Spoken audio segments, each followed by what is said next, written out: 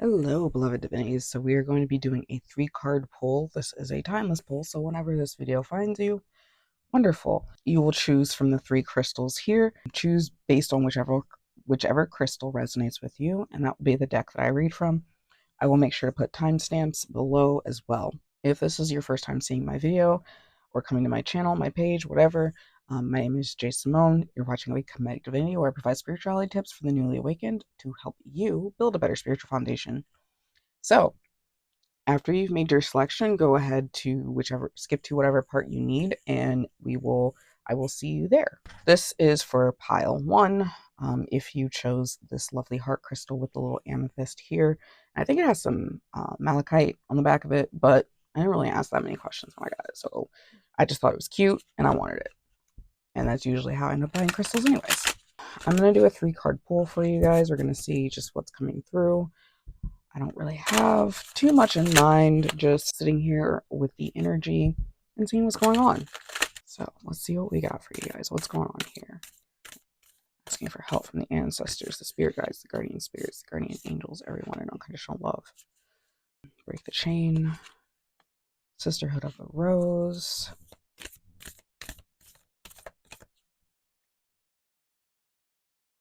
I don't know why, but like every time I get these, I feel like I need to pull them out. So we got one more that came out. So let's see what the overall feeling is going to be. I like how there's more cards already coming out, but we're going to focus on the ones here. Your spiritual journey is leading you to break ancestral codes and bring healing. A lot of this healing is indeed focusing on, or a lot of this healing, the result is going to be something that not only is going to magnify your energy, also magnify you in terms of success and popularity as you continue to step forward into your power. Don't be afraid to look back and see where you come, because it is important to see the progress that you have made. I feel compelled to also tell you that not all ancestral patterns are bad. However, there may be a better way to do things, and that needs to be considered as well. I also think that it is with walking this path of breaking your ancestor patterns, and healing your future, and just bringing your bloodline back into alignment and raising the vibration overall of your bloodline higher, you are going to end up connecting with similar people that share the same purpose, that relate to you. You may possibly feel lonely on your path right now, and this card, Sisterhood of the Rose, is a reminder that you are not alone. Not only are there your ancestral ties, but there are your soul ties as well. And you will find the people you are meant to be among, and you guys will come together and share your gifts with one another. Yes, a lot of it's a very sisterhood heavy card, which is interesting because I just also recently saw Divine Sisterhood from the Offset Oracle. So perhaps you're needing to connect with like-minded people, so feel free to shoot me a DM. I love talking to people and getting to know them better. If you're looking to connect with someone that's maybe on the same wavelength as you, if you see my stuff, I figure that my video is reaching whoever it needs to reach, and I am on similar wavelengths as the people that it is reaching. This path and this community that you're building is going to encourage you and uplift you. And I feel like as I'm looking at this, the key words here for Sister of the Road: beauty, devotion, priestess, mystic, teacher, they all speak for themselves, as these are all parts of you that will come forward from building this community and connecting with these people that are within your soul tribe. The next card is Trust the Niggle, which is what is the niggling feeling try to tell you. As someone who is anxious and at first struggled with getting in touch with her intuition, it can be very difficult to try and figure out which way you are needing to go. Take some time to get in tune with your body and come to understand how your body decides to communicate with you, and follow that feeling, because that may lead you to the people that you need to be around. Also, I feel like I'm urged to also give you a warning. If you know that you can't trust someone, or that someone is not good people, of course, always be polite with them, but don't try to befriend them or be close to them when you know that they are not going to, when you have a bad feeling about who they are and their character. I've made multiple mistakes in befriending people only to find out that their character and who they are is terrible. And a lot of times I find myself wishing that I had followed that initial nudge. So in truth, only walk your path with the people that you need to walk your path with. You may want to try and be friendly with everyone, but that's not always correct, or that may not always be the case. And it's funny because my right ear has started to ring, so this message is reaching whoever it needs to reach. But I also feel like this last card play is just a reminder that we're not meant to take a lot of stuff seriously here on this earth. And I think it's by remembering that we are able to find peace and relaxation in what we do and the things we sometimes it's easy to get nervous and take things way too seriously. But when you realize that life is just a game and a lot of stuff that you do doesn't matter, and a lot of people that you look up to are just human too, and they don't know more or less than you because you guys are all breathing the same air, you stop worrying and you free yourself. Like, something important that's a lesson for incarnation is that we are meant to here to have fun and not be bogged down with stress. All right, so Beloved Divinities, for people that had pile one, I hope that you guys found this reading insightful and useful. Leave a comment below of what you think of it. Let me know if it resonated or not. Always curious. Thank you very much for watching, and I will see you guys in my next video. Alrighty, Beloved Divinities, thank you and welcome back. This is for pile two. This crystal here, I believe, is labradorite, but I'm not 100% sure. I bought these crystals more so out of aesthetic than actual purpose or need, but that's typically how I buy my crystals anyway. So we're gonna go ahead and get started into this reading. I don't really know what's going on. I'm just gonna see what the vibes want to communicate with me at this time. Let's go ahead and get into it. We're gonna do at least 3 cards, but there may be a 4th one because a 4th one came out when I was doing the last read. You're not for everyone. Words don't follow. Empathic starseed.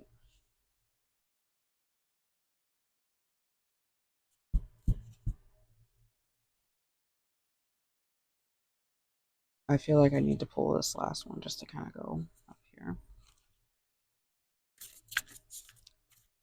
So let's just see what this message is. All right, so this message here is looking at us not only resonating as our true authentic selves, but living in that true authentic self and not being afraid of it.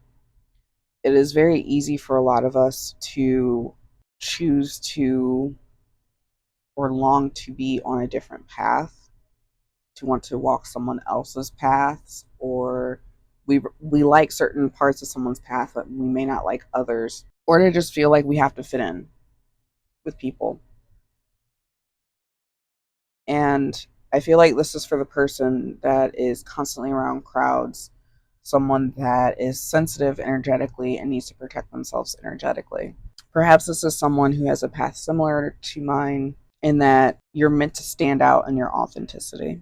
The called card is a reminder to that. Like, this is what you're supposed to do. This is what is asked of your soul, or what your soul decided it wanted to do during this incarnation. But in order for you to do that, again, you're not for everyone. You need to embrace your authenticity. And in doing that, embracing your authenticity, are you able to step forward and pave your new path? You may be just leading yourself as you embrace your authenticity, or you may be leading other people. And when I say leading, I don't mean like you're bossing them around or you're leading like a religious organization or anything like that. But I feel like you're standing as an example to them of who they need to be and what they need to bring out in their life. And again, I feel like this message is for the empath, highly sensitive people, because it can be very hard to want to be yourself and live authentically. I think a lot of us highly sensitives are not trying to really live someone else's path, or we're just too scared to take our own steps, but we are meant to live our own path. But I also feel like compelled to remind you and encourage you that you need to know how to protect your energy, because as you step out and into your power, you may encounter or attract energies that are not for you. You may want to take up veiling as a practice. You may need to start incorporating energy work into what you do. You may need to start cleansing regularly and making sure your auric field is cleansed. You may need to start to have a regular protection practice. That way your protection shields are up, because it can be very draining for someone who is empathic and highly sensitive to not protect their energy field. Also, knowing when you need to recharge is super key, and knowing how you need to recharge is super key. Perhaps I should do a video on energetic protection. I feel like I already did one, but maybe that's something I need to do. Just because you need to be layered in what you do protection wise in order for your protections to be effective. And even then, sometimes things can still get through. So you have to know how to get things away, so to speak. But this is something that you are called to do, is to step out into your authenticity, and that will be the most fulfilling thing for you. I also think that like empowering yourself as an empath, because like one thing that's standing out to me with this card, Empathic Starseed, is your energetic sovereignty. It is very easy for those of us who are sensitive people to give away our sovereignty and say we're affected by other people. We can't go outside, or we don't want to spend time in crowds because we feel the energetic effect of it. But if you know how to protect yourself and you know how energy works, like make the energy work for you, essentially. I'm trying to figure out how to say this or what I'm trying to say. Because it's very, don't let the fear of giving away your energy or losing energy or being low energy keep you from doing the things that you love or the thing that you want to do or pursuing your dreams, because it can be very easy to do that. Instead, you're going to need to find a way to boost your energy and protect your energy. So practice good spiritual hygiene. I hope that reading helps and you guys find it useful. Leave a comment and let me know what you think of it. Thank you for watching pile number 2, and I hope you guys have a good rest of your day. If you are interested in like an energy protection video or energetic hygiene or something like that that you guys can utilize for having your energetic sovereignty, just let me know. I would be more than happy to provide a video about that, because I feel like as someone who is highly sensitive, learning how to master that ability is super key to getting in touch with your psychic abilities, your intuition, and a lot of other things that'll benefit you on your spiritual path. So thanks again, divinities. See you in the next video. All right, beloveds, this is pile 3. So let's go ahead and get into this reading. Nothing in particular. We're just going to see what comes out.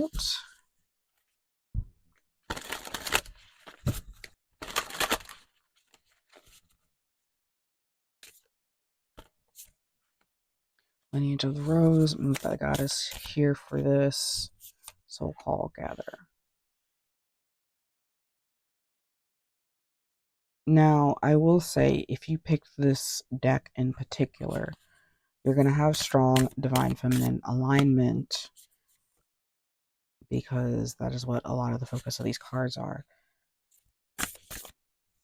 And I feel compelled to say that also by looking at Lineage of the Rose and seeing that card come in.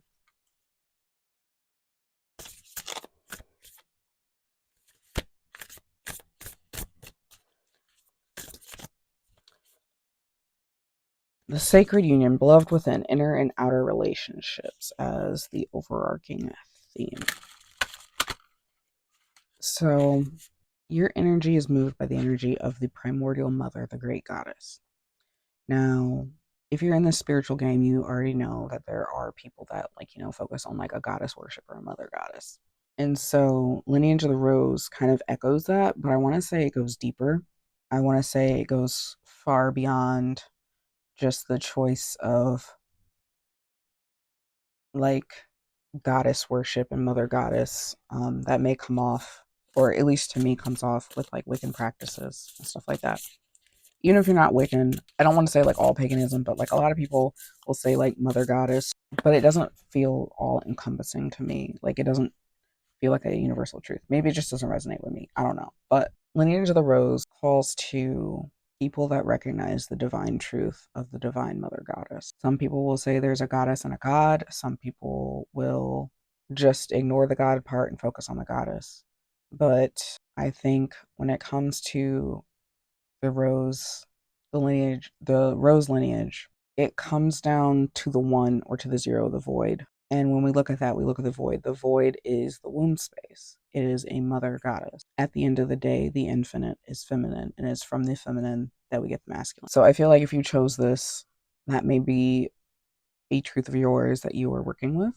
But long story short, you do resonate with that energy, and that is something that you're looking for other people that also resonate with that. And your path will align with other people that also resonate with that truth, if that is your truth to accept. But also a recognition that a lot of women are feeling this call and this pull. Maybe even men feel it too. but recognizing the truth of a mother goddess, especially if you grow up in the Western world, there is, or you like, if you grow up in the Western world, especially if you grow up Christian, is this focus on a male god or male centric energy. And that is, it can feel very easy to forget about the goddess. But no, you are being asked to remember the goddess and walk in her sacred path. Yeah, this definitely feels like you're just now being receiving the call to walk the path of the rose. Sorry, I'm just sitting with this. So another thing is, it is believed that roses are the highest divine energy that can be reflected out, or like the universal love, divine feminine. That is what the rose is. And as we all know, a lot of roses have thorns. You cannot just easily pluck a rose because you have to be careful. You have to avoid these thorns. But the thorns also contribute to the beauty of it. And it's very easy. And this is why I said, like, the rose lineage and walk, at least to me, resonates differently than just basic goddess worship, is because, or like even just general Western worship, is because it's a respect of the sacred feminine. Some paths look at women being docile or women being submissive to the masculine principle, which one is not the case, because the masculine principle comes from the feminine principle, or the female principle just being receptive to everything. And that is not the case. You have to, it is up to the woman to pick and choose what enters her womb space. It is up to you to pick and choose what enters your personal space. Speak out to people that are crossing your boundaries. Speak out to things that are crossing your boundaries, and clarify your boundaries, outline your boundaries. It is okay to have them, and it is okay to set them, and it doesn't make you any less feminine to do so. Because I'm getting the sense that, like, you worry that enforcing your boundaries maybe not so much takes you out of the divine feminine, but it will make you seem harsh to the people around you, and that's not what you want. Or it will, like, I'm getting the sense of someone that's just like aligned with Christianity, and it will not align with Christianity, but like, you grew up in the church, and so you feel like you have to submit to men in a way. Like, there's a sense of guilt in outlining and protecting yourself the way that you do from men, like in a balanced manner. Maybe not just so much in a balanced manner, but just protecting yourself the way you do. I know that a lot of women, especially that, again, church hurt and just church messaging, you're forced to kind of, or you're indoctrinated to kind of remove those boundaries and just keep giving and giving and being nice. Yeah, this card is saying that you need to maintain your boundaries. And I definitely am just straight up getting, like, this is a new path for you. Like, you are just now awakening to this rose path. I do have a book recommendation for the rose path because I have listened to it before. And I will have to leave it on the screen or put it somewhere up on the screen because I don't remember what that book is. I read it myself, but it was an audiobook, so like I never actually like physically held it, and your girl's tactile memory. So yes, but just genuinely, I'm feeling new path. Like, you are just now stepping into your spirituality. You are just now stepping to your authentic divine feminine self. Yeah, and see morning dew, clarity, a fresh start, a positive outlook. And like I said, I feel like this message is coming for someone that is coming from a religious background. Like, I'm getting the sense that you're gonna like resonate with how I kind of felt. Like, leaving religion lifted like a lot of anxiety off my shoulders. Like, losing that anxiety for wondering whether or not you're going to hell, losing that anxiety for, the truth, or not the truth, but the idea of the rapture, and like just a whole bunch of other stuff that religious indoctrination does to you. You are definitely going to feel a lot lighter. And honestly, like, as someone who was very, I wouldn't say very religious, but I did try to lean into religion to seek something that I just could not find. It's very nice. It's very relaxing. And honestly, I would not go back. Don't try to convince me or convert me in the comments. I'm not here to like convert you or anything like that. But and don't even bother leaving Bible verses. Like I said, your girl read the entire Bible, so like don't bother me there. Yeah, you're gonna find that it's very freeing and very, yeah, you're just gonna love it. And overall outcome, you're going to step a lot into self love. And I think that's something also that comes from leaving organized religion. There's still like a lot of ideas and taboos that you will have to go through and dismantle. But as you do that, you will improve the relationship with yourself and your authenticity, fall in love with yourself multiple times, and you'll also find yourself falling in love with other people and just like not romantic love, but you're just going to enjoy the people that you meet and interact with on a deeper level as you develop and continue on your path of the rose lineage. Because the other thing is, the sacred union also looks at the binary of male and female. Male had to come from woman, and woman holds all the power. But there is something to be said between a union between the divine masculine and divine feminine, but ultimately it is just the divine feminine, the divine mother. But yeah, that sacred union is super. You will find yourself expanding in love in ways that you didn't think was possible. And the only way you're going to be aligned for an outer sacred union is if you are aligned for an inner sacred union, because as within, so without. All right. I hope that this helps. Again, I'm gonna post like the book title that you should check out for the lineage of the rose, because like I said, this message was a little bit more specific than the other two messages. So I hope you find this useful. Yeah, thank you for watching this video. You may want to subscribe to my channel just to kind of see what other things I could post that you may find useful if you were called to this message.